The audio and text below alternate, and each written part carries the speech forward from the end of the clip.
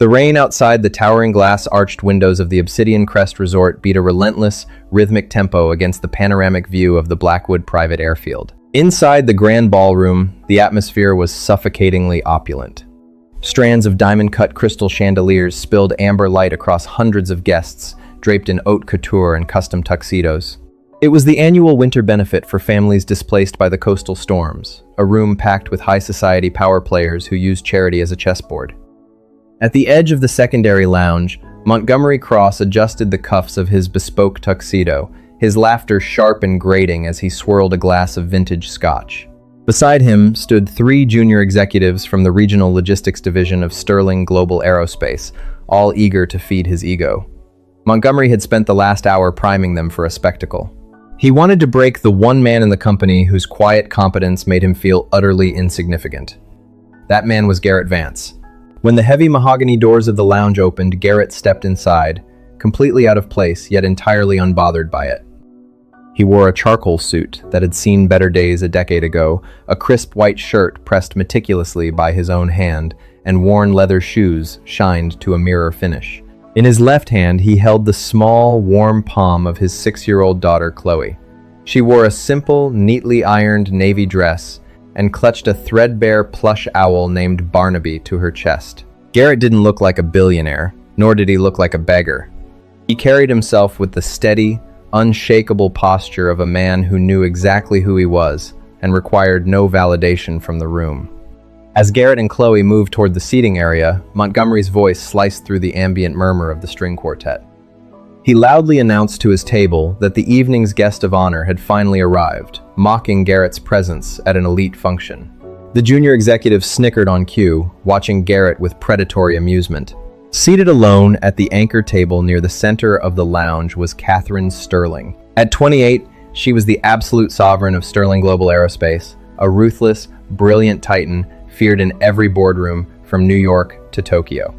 She was stunning, but her beauty was a polished glacier, sharp, flawless, and completely impenetrable. Tonight, however, the armor had a hairline fracture. Seated beside her was her 5-year-old son, Tristan.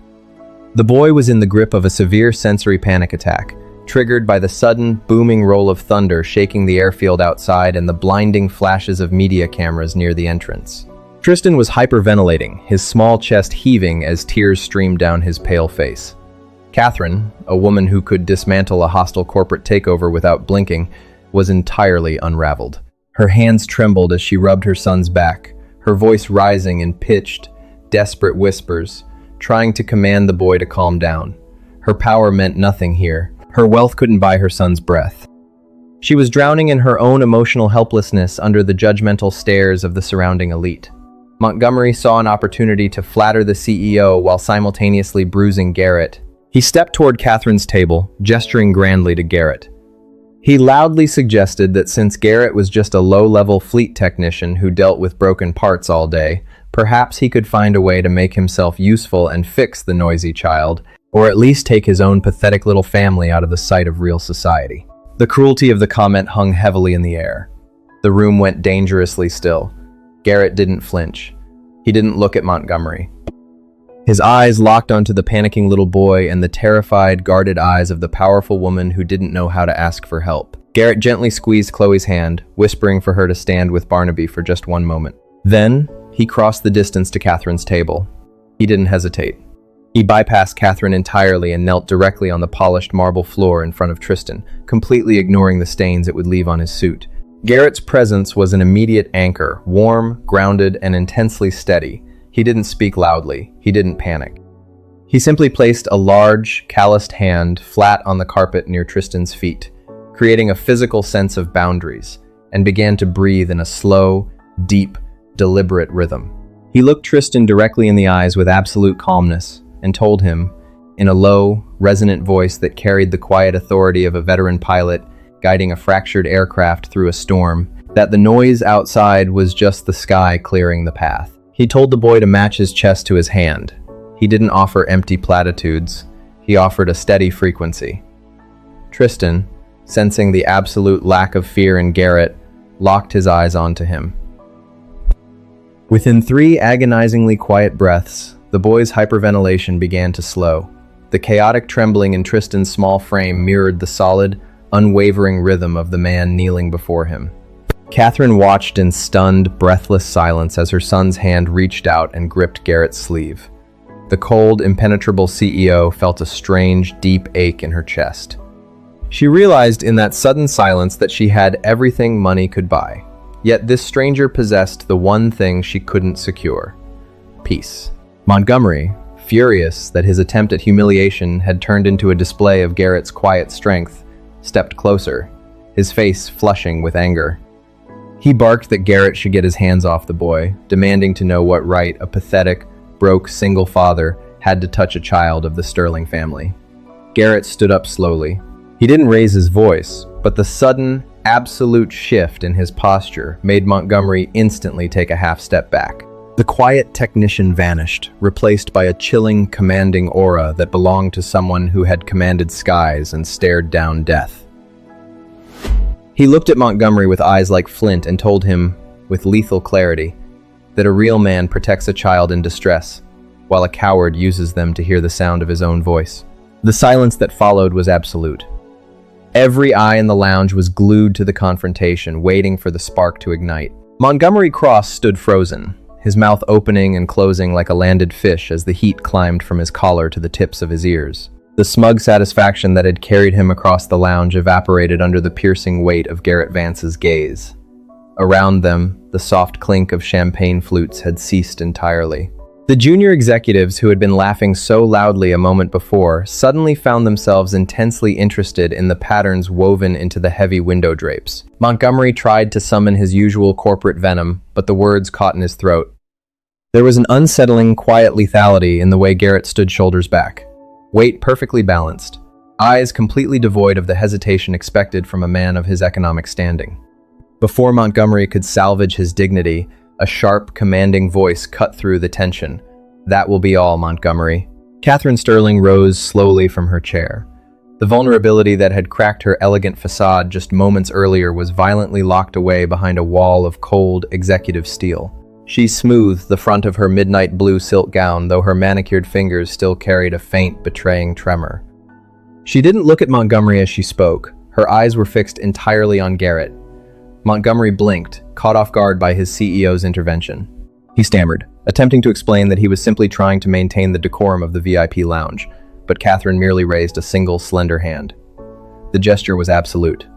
Montgomery swallowed his remaining words, offered a tight, humiliated nod, and retreated into the shadows of the secondary bar, his face burning under the collective gaze of the room. The tension shifted instantly, centering on the space between the billionaire executive and the single father. Catherine looked down at her son. Tristan had completely stopped crying. He was sitting up straight now, his small fingers still loosely woven into the rough fabric of Garrett's jacket sleeve. For months, Catherine had hired top-tier pediatric specialists and behavioral consultants to help Tristan navigate his sensory overloads, yet none of them had ever managed to calm him in under 20 minutes. This man, a stranger in a faded suit, had done it in less than 60 seconds without raising his voice or offering a single bribe. "You can let go of the gentleman now, Tristan," Catherine said softly, her voice carrying a rare velvet gentleness meant only for her son. Tristan looked up at Garrett, then slowly released his grip, nodding once. Garrett offered the boy a small, reassuring smile before shifting his attention back to Catherine. He extended no submissive corporate greeting. He didn't offer a hand to be shaken or bow his head in deference to her massive wealth. He simply stood there, a protective shield between the elite world and the two children now watching them. "Thank you," Catherine said, the words tasting foreign on her tongue. She was a woman who paid for results. She rarely had to offer genuine gratitude. His therapists have spent a year trying to find a technique that works that quickly. "Where did you study child psychology?" "I didn't," Garrett replied, his voice low and steady. "I spent 12 years running logistics and operations in environments where panic meant people died. You learn quickly that if you aren't an anchor, the storm takes everyone." Catherine's eyes narrowed slightly, her sharp mind immediately catching the weight behind his words. Logistics and operations was a broad corporate term, but the cadence of his speech, the precise alignment of his posture, and the complete lack of fear in his eyes suggested something far more structured than a commercial warehouse. Before she could press further, Chloe stepped forward from where she had been waiting. She held Barnaby the owl tightly against her chest, her wide, intelligent eyes looking up at the imposing CEO. Chloe didn't see a billionaire capable of destroying lives with a stroke of a pen. She just saw a mother whose little boy had been scared. "My dad is really good at stopping the loud sounds," Chloe said, her small voice echoing clearly in the quiet space. She reached out and gently patted Tristan's knee. "He tells me that the thunder is just the airplanes playing games in the clouds. You don't have to be scared of them." Tristan looked at Chloe, a faint, tentative smile brushing his lips for the first time all evening. Catherine watched the interaction, feeling an unfamiliar ache in her chest. She looked at Chloe's neatly kept but inexpensive dress, then at the threadbare plush toy, and finally back to Garrett. She had spent millions ensuring her son had the best security, the best education, and the most exclusive lifestyle. Yet she had never been able to provide him with the effortless, emotional security that this man gave his daughter for free. For all her power, Catherine felt a sudden, sharp wave of isolation. She had everything the world could offer, except peace. "Your daughter is very sweet, mister." Catherine trailed off, realizing she didn't even know his name. "Vance." "Garrett Vance," he said, stepping back to take Chloe's hand once more. "And this is Chloe. If you'll excuse us, Miss Sterling, I should get her some dinner before the main event begins." He gave a polite, respectful nod, turning to guide his daughter toward the main buffet area. Catherine stood by her table, watching his retreating figure move through the crowd of wealthy patrons who instinctively parted for him without even realizing why. Her internal alarms were ringing. She prided herself on knowing every critical asset within Sterling Global Aerospace, and a man with that level of presence should have been on her executive radar long ago.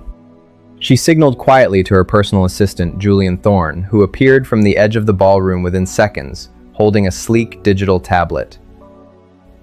"Julian," Catherine murmured, her eyes never leaving the far side of the room where Garrett was carefully helping Chloe select a plate of food.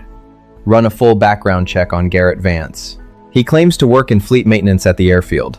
Julian's fingers flew across the screen, accessing the company's encrypted personnel database. He scrolled through the standard human resources files, his brow furrowing deeper with every passing second. After a long moment of silence, he looked up at Catherine, his expression a mix of confusion and genuine unease. "Miss Sterling, this is strange," Julian whispered, lowering his voice so the surrounding guests couldn't hear.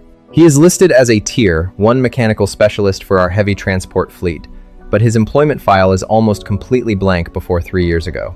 There are no prior employers listed, no college transcripts, and his background verification section is locked behind a security protocol I've never seen before." Catherine's gaze sharpened. "What kind of protocol?" "It's an automated federal block, ma'am," Julian said, his voice trembling slightly. "The system says his previous records are classified under a Department of Defense restriction. If I try to bypass it, an automatic notification is sent directly to the Pentagon." The heavy velvet curtains of the main banquet hall were drawn back, revealing a wall of reinforced glass that looked directly onto the tarmac of Blackwood Private Airfield. Outside, the storm had intensified, throwing sheets of gray water against the glass, while the massive, dark silhouettes of corporate jets sat grounded under the harsh strobe of lightning. Inside, the 400 guests had begun migrating toward their assigned tables for the formal dinner. The air was thick with the scent of expensive perfume, roasted meats, and the low, collective hum of elite gossip. Garrett Vance walked calmly down the perimeter aisle, his hand holding Chloe's small fingers. He was looking for their assignment, but he already knew what to expect.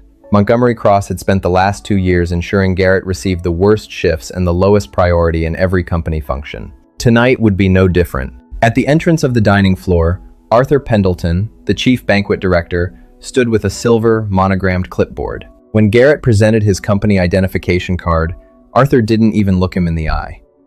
He simply pointed a rigid finger toward the far back corner of the room, directly adjacent to the heavy, swinging double doors of the main kitchen. Table 42.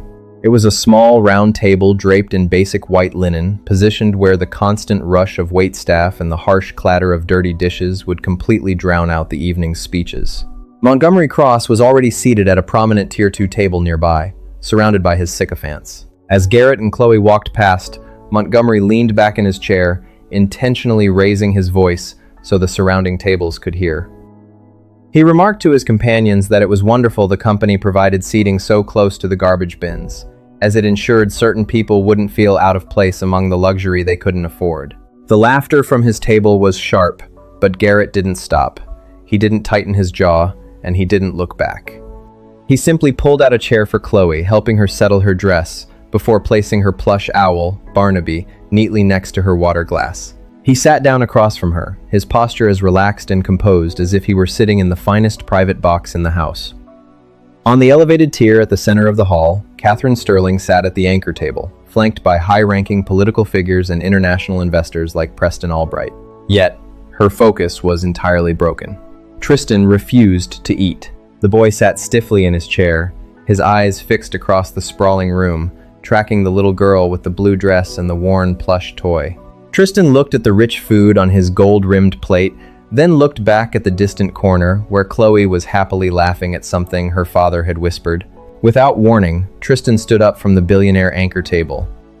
Catherine reached out to grab his arm, asking him where he was going, her voice tightening with defensive panic.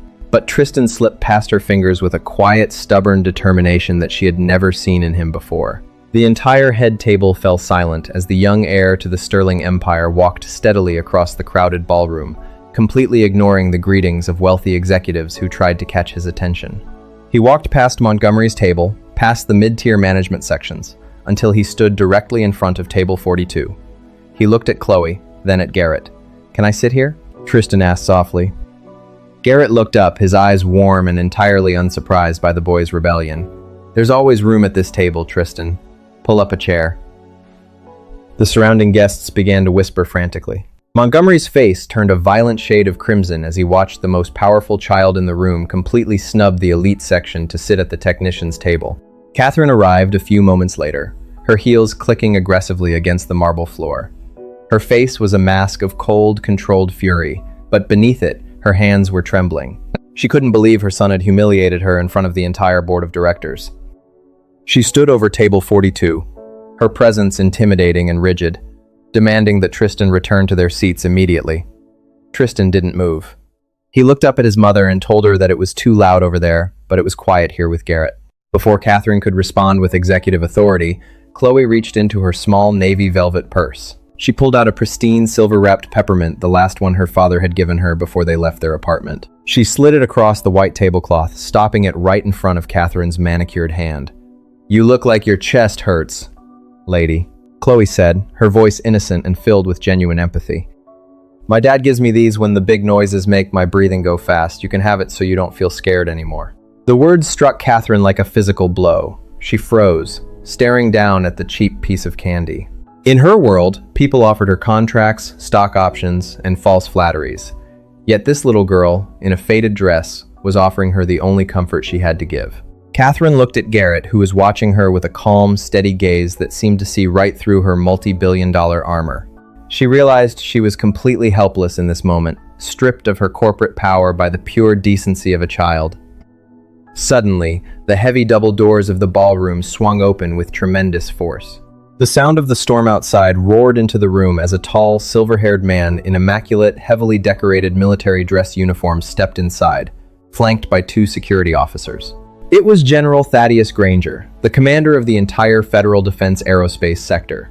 The room instantly fell into a reverent hush as the high society guests stood up to welcome the legendary commander. General Granger walked briskly down the main aisle, his eyes scanning the room, ignoring the outstretched hands of Preston Albright and the other board members. He didn't head toward the VIP stage. He marched straight toward the back corner of the room, his eyes locked onto table 42. Montgomery Cross smiled gleefully, whispering to his associate that Garrett was finally going to be dragged out by military security for causing a scene with the CEO's son. But as General Granger reached the small table next to the kitchen doors, he stopped dead in his tracks. He didn't look at Catherine Sterling, and he didn't look at the children. He locked his eyes onto Garrett Vance, who had slowly stood up from his chair. General Granger stood at absolute attention, his hand snapping up to his brow in a flawless, rigid military salute that shook the entire room with silent shock.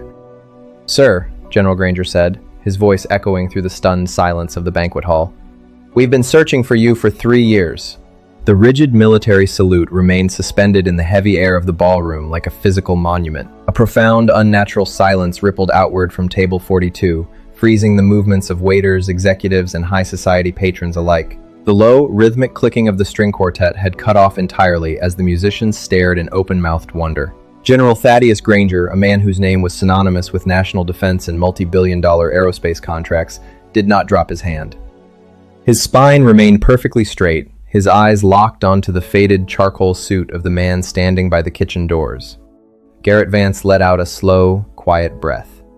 He looked at the decorated general, then down at Chloe, who was watching the exchange with wide, curious eyes, still holding her plush owl. "Lower your hand, Thaddeus," Garrett said softly, his voice carrying an implicit, undisputed authority that bypassed the military hierarchy entirely. "I told you 3 years ago I'm off the board. I'm just a father now." General Granger slowly brought his hand down, his expression a mixture of profound relief and intense gravity. "With all due respect, sir, the sky doesn't care about your retirement. We need you." Before the weight of that statement could settle, Montgomery Cross lunged forward from the periphery of the table. His face was a chaotic mask of desperation and wounded pride. He couldn't accept what his eyes were showing him. He refused to believe that the man he had spent years tormenting was anything more than grease and cheap denim. He stepped directly between the general and Garrett, his voice cracking with artificial authority. "General Granger, please, there has to be a catastrophic mistake here," Montgomery stammered, gesturing wildly toward Garrett. "This man is Garrett Vance. He is a basic, hourly grease monkey for our regional cargo division. He was nearly written up for a safety violation last month. He doesn't even have an accredited engineering degree in our system. You are saluting a fraud."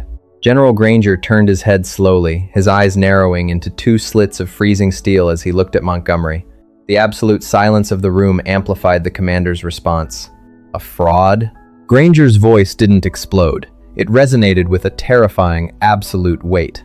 "You are speaking to Colonel Garrett Vance, the former chief operational test pilot and structural architect of the Vanguard Stealth Initiative. He is the single reason the automated flight telemetry your entire corporate fleet relies upon even exists. If he hadn't pulled your company's experimental prototype out of a terminal dive over the Pacific 4 years ago, your entire logistics division would be a footnote in a bankruptcy court." The revelation slammed into Montgomery like a physical blow. He stumbled backward, his heel catching on the edge of a chair, nearly collapsing onto the carpet. His face drained of all color, turning a translucent, ghostly white. The junior executives who had spent the night mimicking his cruelty pulled away from him instantly, leaving him standing completely isolated in the center of the aisle. Catherine Sterling felt the room tilt beneath her feet. She looked at Garrett, her brilliant mind furiously reassembling the pieces of the puzzle. The blank background file, the Department of Defense encryption lock, the unshakable calm that had brought her son out of a violent panic attack, it all collapsed into a terrifyingly clear picture. She hadn't been patronizing a charity case. She had been sitting across from a living legend who had built the very foundations of her empire's aviation technology. Before anyone could speak, the massive crystal chandeliers above them flickered violently, dying out for 2 agonizing seconds before roaring back to life with a dull, orange emergency glow. The heavy glass windows overlooking Blackwood Private Airfield vibrated with a sudden, deep, bone-rattling hum. A split second later, the automated emergency klaxons of the resort began to wail, a piercing, rhythmic shriek that instantly shattered the remaining decorum of the high society crowd. Panic erupted. Guests stood up from their tables, chairs scraping violently against the marble as people looked toward the storm-swept windows. Julian Thorne came bursting through the side entrance of the ballroom, his tie askew and his face covered in sweat. He ignored the crowd, sprinting directly to Catherine Sterling with a sleek digital tablet flashing bright crimson text.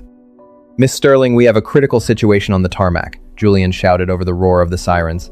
"Apex Transport Flight 9, the private corporate airliner carrying our entire international investment board from the European sector, just sustained a multiple lightning strike on its final approach. Their primary guidance computer is completely fried."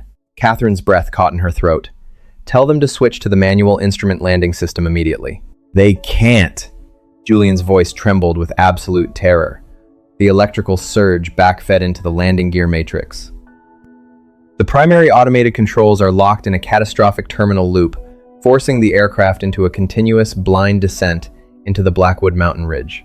The control tower has completely lost telemetry, and the pilots are flying blind through a zero-visibility storm with less than 4 minutes of fuel before they clip the valley wall." The ballroom descended into an absolute frenzy. Wealthy investors began shouting, women gasped, and security personnel moved chaotically toward the exits. Catherine stood entirely frozen, her immense wealth and executive power rendered utterly useless in the face of a mechanical death sentence. Her entire corporate future, along with 20 human lives, was rushing toward a burning hillside in the dark. Garrett Vance didn't move a muscle. He stood in the center of the panic, a perfectly still rock in a churning sea. He reached down, calmly picked up Julian's flashing tablet, and scanned the streaming rows of red error codes with eyes that didn't blink. He recognized the terminal loop instantly. It was a ghost in the legacy military tracking system he had helped write a decade ago. He looked up at General Granger, his voice dropping into a lethal, commanding frequency that cut straight through the blaring sirens. "The automated override won't touch it from the tower, Thaddeus," Garrett said, his quiet strength instantly halting the panic of the people nearest to him. "The safety loop is hardwired into the primary hangar mainframe at the edge of the tarmac. We have to clear it manually from the deck." He turned back to his daughter, kneeling down to look into her eyes. He didn't look like a man facing a crisis. He looked like a father promising a bedtime story. "Chloe, I need you to stay right here with Tristan and his mom," Garrett said softly, his hands holding her small shoulders. "Can you do that for me?" Chloe looked at him, her wide eyes filled with absolute trust. She nodded once, squeezing her plush owl tightly. "I'll keep them safe, Daddy. Go fix the airplane." Garrett stood up, turning his gaze toward Catherine Sterling. The powerful, cold CEO was trembling, her eyes wide with a rare, desperate vulnerability as she looked at the technician who held the lives of her entire board in his calloused hands. "Get your keys, Miss Sterling," Garrett said, his voice an anchor of absolute certainty. "We're going into the storm." The freezing rain struck like needles the moment the side exit doors of the Obsidian Crest Resort hissed open. The wind off the Blackwood airfield was a savage force, tearing at Catherine Sterling's midnight blue gown and whipping her wet hair across her face. In her world, the elements were always managed, insulated by triple-paned glass and heated executive vehicles. Now, drenched within seconds, her breath caught in her throat as she struggled to keep her footing on the slick, dark tarmac. Garrett Vance didn't waver. He didn't shield his face from the downpour. He moved with the fluid, deliberate economy of a man who had survived survival training in the worst terrains on Earth.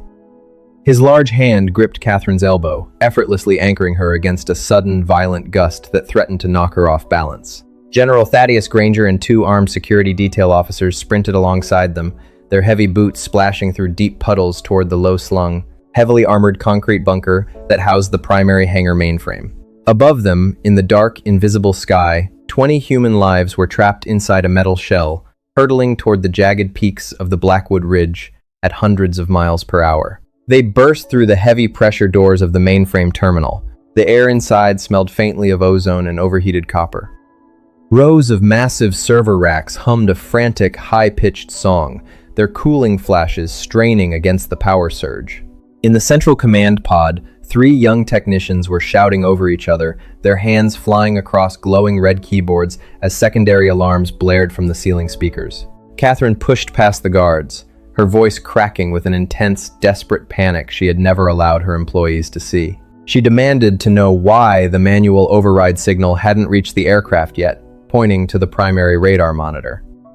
On the glowing screen, a single green dot representing Apex Transport Flight 9 was blinking erratically, its altitude readout descending in a terrifying, unchecked freefall. 3,500 feet, 3,200 feet. The mountain peak loomed just below them in the topography matrix. The lead technician, a young man named Marcus, looked up with wide, terrified eyes, his face pale under the fluorescent lights. He told Catherine that the electrical backfeed from the lightning strike didn't just fry the plane's computer, it triggered an automated defensive lockout in the localized server.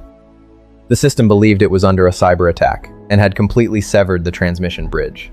He claimed the encryption was an old, unhackable military-grade firewall, and unless they had the localized source code key, the system would remain dead until the aircraft impacted the ridge. Catherine turned to General Granger, her fingers digging into the edge of the metal console. She begged him to use his military clearance to override the server, her voice trembling with the realization that all her billions, her empire, and her absolute authority couldn't buy a single second of data transmission to save her board. General Granger shook his head, a grim, defeated look settling over his weathered features. He explained that the firewall was a proprietary black budget design, completely insulated from the standard defense network. The only person who possessed the physical override sequence was the original developer, the Phantom engineer who had walked away from the aerospace program 3 years ago and wiped his digital footprint clean. While the room descended into a frantic chorus of shouting and desperate typing, Garrett Vance walked silently to the master terminal pod. He didn't look at the altitude readout. He didn't join the panic. His eyes tracked the specific sequence of error codes flashing across Marcus's screen. The calm that emanated from him was immense, an almost physical field that seemed to slow the chaotic energy of the room. He tapped Marcus on the shoulder, a gentle but unyielding pressure that made the young technician automatically step away from the chair. Catherine watched him, her breath caught in her throat. Her mind raced back to the ballroom, remembering how her son Tristan had instantly anchored his breathing to this man's heartbeat. She saw the absolute contrast between her own frantic, money-driven helplessness and Garrett's quiet, unassuming strength. She realized that in the moments where the world truly broke, power didn't belong to the person with the largest bank account. It belonged to the person who could look into the teeth of the storm and remain steady. Garrett slid into the terminal seat, his large, calloused fingers resting over the glass interface. He didn't use the keyboard. Instead, he pulled a small, brass mechanical drafting pencil from his inside jacket pocket, the same pocket where Chloe had kept her peppermint candy, and flipped open a concealed physical access hatch beneath the primary screen. Inside the hatch lay an ancient, copper-plated biometric scanning plate, dark and long forgotten by the modern technicians who ran the facility. General Granger took a sharp breath, his eyes widening as he stepped closer to the terminal. He whispered Garrett's name, his voice filled with an escalating, breathless realization. Garrett didn't look back. He pressed his thumb firmly against the cold copper plate. The flashing red alarms in the room stopped dead. The piercing wail of the sirens cut off, plunging the concrete bunker into a sudden ringing silence. The master monitor didn't just accept the override, the entire interface shifted from corporate crimson to a deep, luminescent military gold. A synthesized voice, smooth and automated, echoed from the terminal speakers, shattering the remaining assumptions of every person in the room. The computer announced that biometric clearance was accepted, welcoming the architect by a title no one in the room had ever heard, revealing a secret far deeper than anyone could have imagined. Catherine Sterling stared at the monitor, her heart hammering against her ribs as the automated voice repeated the designation, realizing that the man who changed her son's life didn't just fix airplanes, he owned the sky. The synthesized voice from the golden terminal did not carry the cold, mechanical detachment of standard software. It resonated through the concrete bunker with a heavy, unyielding reverence that made the three young technicians completely freeze. Clearance level Alpha 1 Prime achieved. Welcome back, Supreme Project Architect and Sovereign Lead, Colonel Garrett Vance. Marcus dropped his wireless headset onto the console, the plastic clattering against the metal desk. He stared at the golden glow illuminating Garrett's weathered face, then looked at General Granger, who had silently closed his eyes as if a long, agonizing weight had finally been lifted from his shoulders. Catherine Sterling stood perfectly still, the wet silk of her gown clinging to her skin, but she no longer felt the biting chill of the storm. Her mind was spinning, violently reordering everything she knew about her own corporation. The Vanguard Stealth Initiative wasn't just a government contract. It was the foundational technology that her late father had used to secure the global dominance of Sterling Global Aerospace. For 10 years, her company's entire valuation had been built on a series of revolutionary patents signed by a ghost, a military genius who had vanished from the public eye after a tragic operational testing accident. She looked at the man sitting in the technician's chair. His hands were steady on the master controls, completely devoid of the hesitation that had plagued her highest-paid engineers all night. He wasn't just a fleet mechanic hiding in her regional cargo division. He was the architect of her entire empire's legacy. Garrett didn't give the room time to process the shock. He reached across the console and grabbed the heavy, military-grade radio transceiver, flipping 3 physical toggle switches that had previously been locked behind the firewall. He bypassed the control tower entirely, patching his voice directly into the emergency frequency of the plunging aircraft. "Apex Flight 9, this is Vanguard Lead," Garrett said. His voice was incredibly calm, a low, resonant anchor that cut through the violent burst of static echoing from the terminal speakers. "Do you read me, Captain?" A chaotic roar of cockpit alarms, rushing wind, and desperate shouting flooded the bunker from the speaker matrix. A panicked voice cracked through the noise. Vanguard led. Whoever this is, get off this channel. We are in a terminal electronic loop, our flight surfaces are locked, and we have less than 90 seconds before we impact the Blackwood Ridge. Captain, look at your secondary master display, Garrett commanded. He didn't raise his pitch, but the absolute certainty in his tone acted like a physical restraint on the pilot's panic. The gold override light is active. I am pushing a raw command sequence directly into your secondary logic board. On my mark, I need you to completely cut your primary fuel cells and let the aircraft drop into a dead glide for 3 seconds to break the loop. Cut the fuel cells? The pilot screamed over the static. We don't have the altitude for a dead drop. Who the hell is this? General Granger stepped closer to the microphone, his voice booming with absolute authority. Captain, you are speaking to Colonel Garrett Vance. You will execute his commands immediately, or you will die in the dark. The static on the line went dead for one agonizing heartbeat. The pilot's voice returned, suddenly stripped of all defiance, replaced by a breathless, trembling reverence. Colonel Vance? Sir, understood. Awaiting your mark. Catherine held her breath, her eyes locked onto the primary radar monitor. The blinking green dot representing the aircraft was at 2,100 feet. The red line marking the jagged topography of the mountain ridge was less than 200 feet below it. Garrett watched the scrolling telemetry with predatory focus. His callous thumb hovered over a heavy manual release switch beneath the gold interface. He wasn't relying on computers anymore, he was relying on the muscle memory of a man who had stared down death in the clouds 100 times before. Mark, Garrett said softly. On the monitor, the aircraft's altitude readout plummeted violently. 2,000 feet, 1,800 feet. The green dot practically touched the red boundary of the mountain peak. Inside the bunker, the young technicians buried their faces in their hands, unable to watch the impending explosion.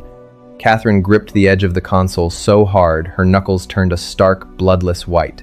Then, Garrett slammed his palm flat against the manual release switch. Reignite cells and pull back hard on the auxiliary column, Garrett commanded. For 3 seconds, there was nothing but the roaring scream of static. Then, a sudden thunderous rumble shook the concrete foundation of the hangar mainframe. Outside the panoramic glass, the massive, dark shape of the Apex transport airliner tore out of the low-lying cloud matrix, its primary engines erupting with a brilliant, white-hot twin flame as they re-engaged. The aircraft cleared the jagged tree line of the Blackwood Ridge by mere inches, its nose lifting toward the storm-swept sky in a clean, triumphant arc. The pilot's voice broke through the radio, gasping for air but completely triumphant. Vanguard led, loop broken. We have full manual flight controls. We are established on the glide slope for the main runway. Marcus erupted into a ragged cheer, slamming his hands against the desk, while the other technicians collapsed back into their seats, weeping with relief. General Granger let out a long, heavy breath, slapping a hand against Garrett's shoulder. Garrett stood up from the terminal seat, his expression completely unchanged, as if he had simply changed a tire on a standard delivery truck. He placed the brass mechanical pencil back into his inside pocket and turned to face Catherine Sterling. The powerful CEO was looking at him with an expression she had never worn in her entire adult life. The cold, impenetrable barrier she used to rule her multi-billion-dollar corporation had completely dissolved. She saw the absolute contrast between the world of money, status, and false pride she had built around herself, and the quiet, protective masculinity of the man standing before her. She had spent her life believing that power was maintained through control and fear, but Garrett had just saved 20 lives through nothing more than sheer competence and a refusal to break under pressure. They're safe, Garrett said quietly, nodding toward the runway outside where the massive airliner was smoothly touching down amid the flashing lights of emergency vehicles. We should get back to the ballroom, Miss Sterling. My daughter is waiting for me. Catherine couldn't speak. She could only nod, her hands still trembling as she followed him out into the rain.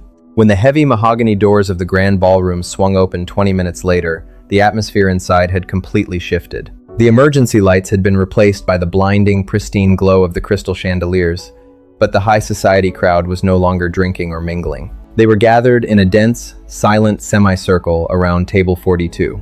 Julian Thorne had already run ahead, and the news of the miraculous rescue on the tarmac had spread through the room like wildfire. The executives and board members knew exactly what had happened. They knew that their lives, their fortunes, and their families had just been pulled from the brink of a fiery death by the hourly technician they had spent the evening ignoring. As Garrett stepped across the threshold, still holding his damp suit jacket over his arm, the 400 wealthy guests in the room did something entirely unprecedented. Without a single cue or announcement, the crowd began to part, creating a wide, reverent aisle for the single father. At the end of that aisle, near the back corner by the kitchen doors, Chloe was sitting quietly at table 42. She was coloring a picture on a paper napkin, while Tristan sat beside her, watching her with a peaceful, fascinated expression. Standing right at the edge of the aisle, looking like a ghost in his own expensive tuxedo, was Montgomery Cross. His career, his social standing, and his entire life within the aerospace industry were effectively over, and he knew it. He stood trembling as Garrett walked steadily toward him. Montgomery Cross looked like a man standing before a firing squad. The expensive silk of his bow tie was crooked, jammed against his throat by his own trembling fingers, and the sweat beaded along his hairline despite the chilled air of the ballroom. As Garrett Vance approached, the massive crowd of 400 elites remained frozen, a human corridor of absolute silence. Montgomery tried to take a step backward, to blend into the sea of black tuxedos behind him. But the people he had spent the evening laughing with deliberately stepped away, isolating him entirely in the center of the floor. When Garrett reached him, he stopped. He didn't raise his fists, and his expression didn't carry a shred of anger. It was something far worse for Montgomery: complete, unadulterated indifference. To Garrett, the man who had spent 2 years making his life miserable wasn't an enemy.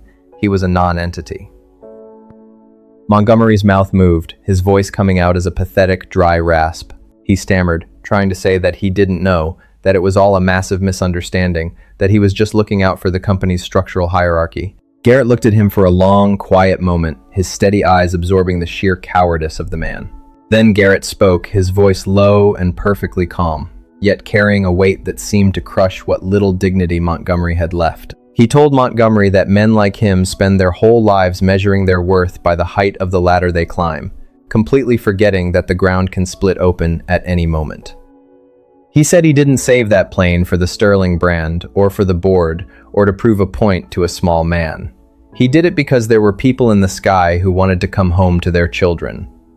Before Montgomery could process the words, Catherine Sterling stepped up directly beside Garrett. The rain had ruined her immaculate hair and stained the hem of her midnight blue gown, but she had never looked more formidable. She didn't look at Montgomery. Her gaze was fixed on the far wall as she spoke to her assistant, Julian Thorne, who stood at absolute attention behind her. With a voice like cracking ice, Catherine ordered Julian to revoke Montgomery's security clearance immediately. She stated that by the time the sun rose, Montgomery's assets within the company would be frozen, his employment terminated for gross negligence and conduct endangering corporate security, and a legal injunction filed to ensure he never set foot on an airfield again. Montgomery collapsed into himself, his shoulders slumping as 2 muscular resort security officers stepped out of the shadows, firmly gripping his arms. They dragged him down the aisle, his leather shoes scuffing pathetically against the polished marble, completely removed from the world he had desperately tried to buy his way into. Garrett didn't watch him leave. He turned his back on the crowd and walked the remaining distance to table 42. The moment he neared the small table by the kitchen doors, Chloe dropped her crayon. Her face lit up with a brilliant, unburdened smile that shattered the heavy tension of the room. She sprinted across the short distance, throwing her small arms around her father's legs. Garrett immediately knelt, his large, powerful arms enveloping her, lifting her effortlessly against his chest. He buried his face in her hair, exhaling a long, ragged breath, the first real sign of exhaustion he had shown all night. "I kept them safe, Daddy," Chloe whispered into his neck, holding Barnaby the owl tightly between them. "Tristan and his mom. I told them you wouldn't let the sky break." "I know you did, sweetheart," Garrett murmured, his voice thick with a profound, quiet pride. "You did a perfect job." Tristan stood up from his chair, his eyes wide as he looked at Garrett. The young heir didn't look at the crowd or the security. He looked at Garrett with a pure, unadulterated hero worship. Catherine walked over slowly, her heels clicking softly in the quiet corner. For the first time in her life, she completely ignored the 400 pairs of eyes watching her executive movements. She walked past the Tier 1 tables, past the VIP platforms, and she sat down directly in one of the simple wooden chairs at table 42. The multi-billion-dollar sovereign of the aerospace industry was sitting next to the kitchen doors, at the worst table in the house, effectively turning it into the absolute center of the universe. She looked at Garrett as he sat Chloe back down. Her hands were still carrying a slight, involuntary tremor, a remnant of the terrifying helplessness she had felt in the bunker. She looked at her son, who was now calmly showing Chloe a drawing on his napkin, completely free of the panic that usually took days to recede. She looked at Garrett's hands, calloused, scarred from years of mechanical work and military service, yet so profoundly gentle as he straightened his daughter's hair. A heavy, emotional silence settled between the two adults. The chemistry wasn't born of corporate flattery or forced romance. It was the raw, magnetic pull of two opposites realizing they needed what the other possessed. Catherine had spent her entire adult life building walls of steel and money to ensure no one could ever make her vulnerable again, but tonight, those walls had almost become a tomb for her entire board. This man carried no armor, no titles, and no wealth, yet he radiated an absolute, unshakable safety without even trying. "I spent $5 million on a private security detail this year, Colonel Vance," Catherine said, her voice dropping into a soft, private register that belonged only to the four people at the table. She looked down at the silver-wrapped peppermint Chloe had given her, which she was still clutching tightly in her palm. "And yet, tonight, the only place my son felt safe was sitting at a table by the kitchen with your daughter."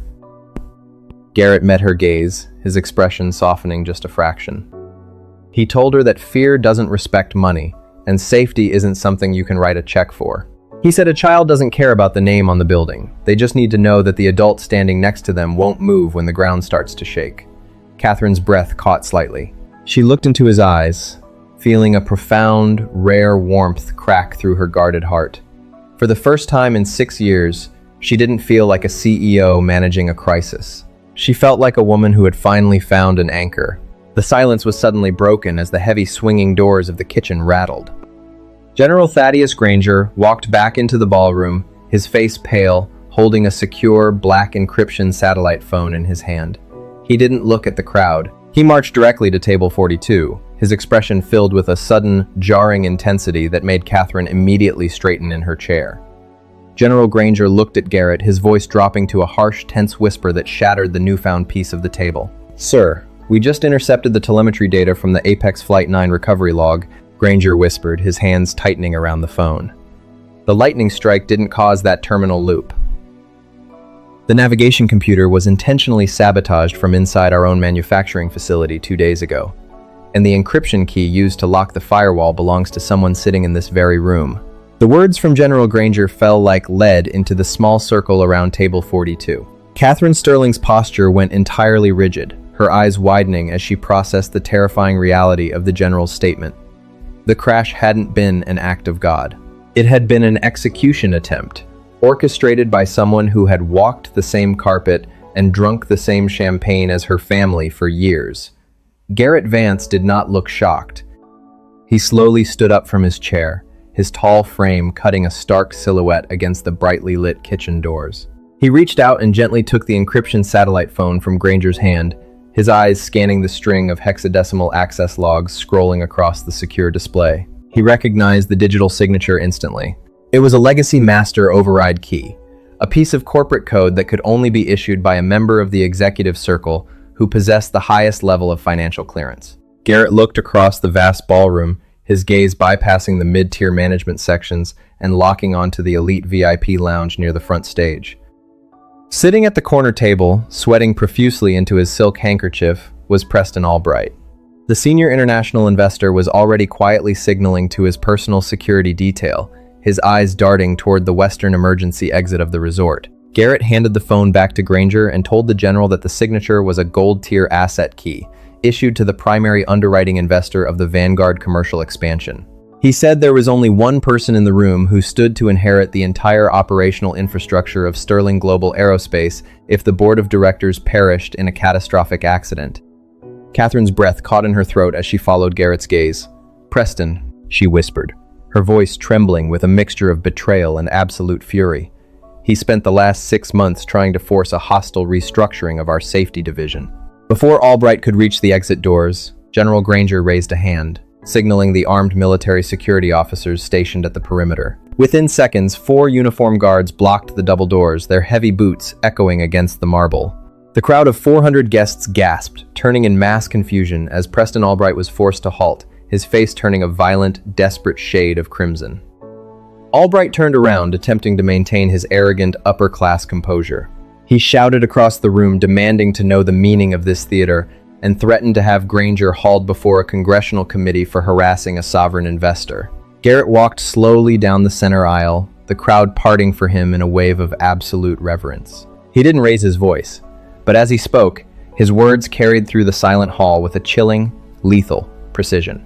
He told Albright that a digital footprint doesn't care about investment portfolios or political connections.